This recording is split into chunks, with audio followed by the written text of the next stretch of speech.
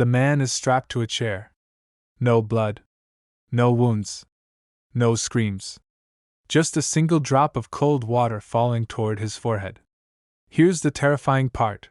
This torture doesn't hurt, at least not at first, and yet people have sworn it drove victims insane. So how can something so harmless destroy the human mind, and why does this method, misnamed, misunderstood, and mythologized, still haunt psychology, warfare, and modern interrogation today? Chinese water torture is one of history's most disturbing ideas, not because of violence, but because of patience. The kind of patience that waits. The kind that lets the mind do the damage itself. And the story doesn't even begin where most people think it does. It doesn't begin in China. It begins in Renaissance Italy, centuries ago, with a man who never spilled a drop of blood in his life. His name was Hippolytus de Marsilius, a lawyer and scholar, a man paid to understand how people think, argue, and break. Marsilius noticed something ordinary that most people would ignore. Water dripping onto stone. Not crashing, not flooding, just dripping, again and again. Hour after hour. Day after day. Stone, something ancient and solid, slowly eroded. And Marsilius asked a question that should probably never have been asked. If water could defeat stone, what could it do to a human mind? He didn't imagine knives or whips or broken bones. He imagined time itself as the weapon. One drop. Then another. Then another. No rhythm. No warning. No end. There is no evidence Marsilius ever tested this idea. No records of victims. No confessions. Just a thought experiment.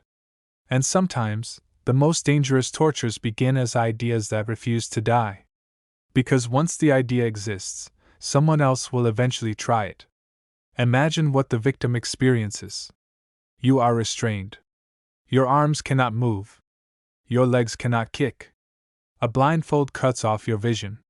Silence surrounds you. And then, without warning, a drop of cold water strikes your forehead. It's sharp.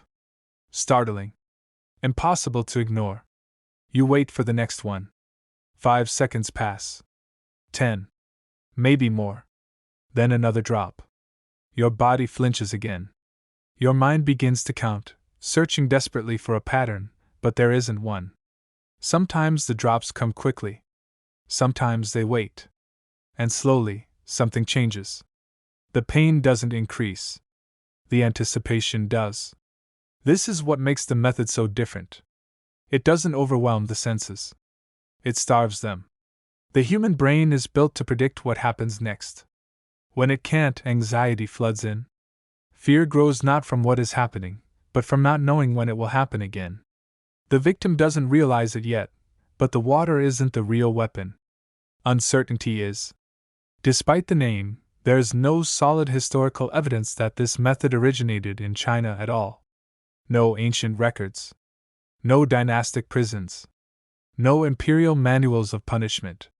The label, Chinese, likely came from European exoticism, the habit of assigning cruelty to distant cultures to make it easier to talk about. Calling it foreign made it feel less personal, less reflective of European brutality. History does this often. It relocates evil somewhere else while quietly practicing it at home. As centuries passed, the idea resurfaced in an even more unsettling place: the asylum. In the 18th and 19th centuries, many doctors believed mental illness could be corrected through discomfort. Pain as therapy. Fear as treatment. Patients who were already isolated and powerless were strapped beneath suspended buckets or drip mechanisms. Doctors took notes. How long until panic set in? How long until tears? How long until obedience? Some patients didn't scream. They begged instead. Not for mercy, but for predictability. They wanted to know when the next drop would fall. And that certainty was denied. Then, in 1912, the meaning of Chinese water torture changed forever. Harry Houdini, the world's most famous escape artist, introduced the Chinese water torture cell. A glass tank. Locked restraints. A crowd watching as he was lowered upside down into water, ankles clamped, head submerged. Seconds stretched. Panic grew.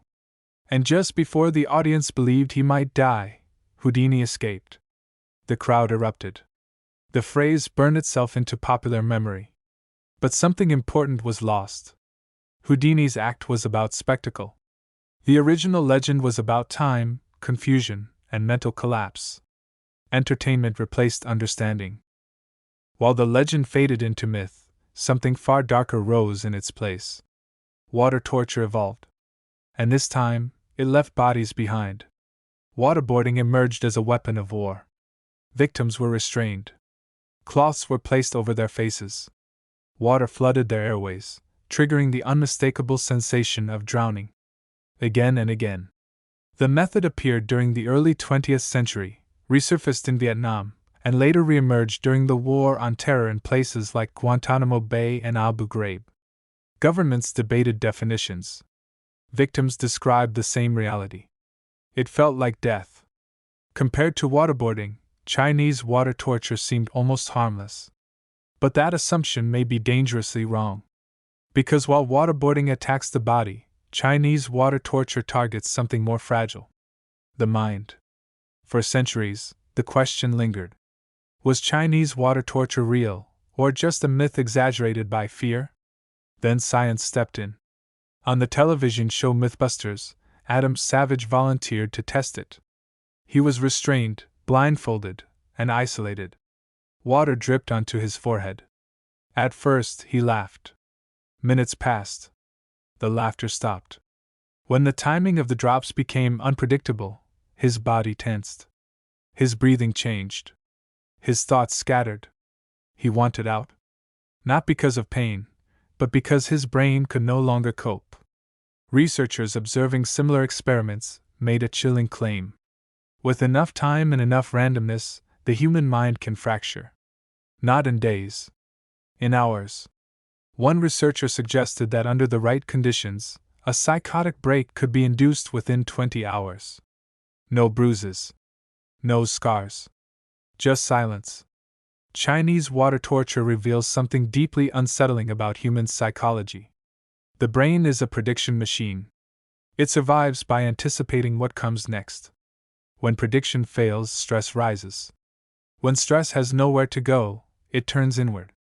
Anxiety. Panic. Hallucination. The torture doesn't overwhelm the brain. It denies it closure. Every drop asks a question without an answer. When is the next one coming? And will it ever stop? Eventually, time itself collapses. Minutes stretch into hours. Hours lose meaning. And the mind, desperate to escape, begins to break itself apart. So how can something so gentle destroy a person? Because the most devastating weapons don't attack the body. They colonize the mind. Chinese water torture, whether fully real or partly myth, forces us to confront a disturbing truth. Pain is not always the breaking point. Uncertainty is. And in a world filled with constant anticipation, anxiety, and waiting, that lesson feels uncomfortably modern. If this story changed the way you think about history or the human mind, subscribe for more documentaries like this. Because understanding the past is how we recognize danger before it returns. And if you stayed to the end, you already understand how powerful patience can be.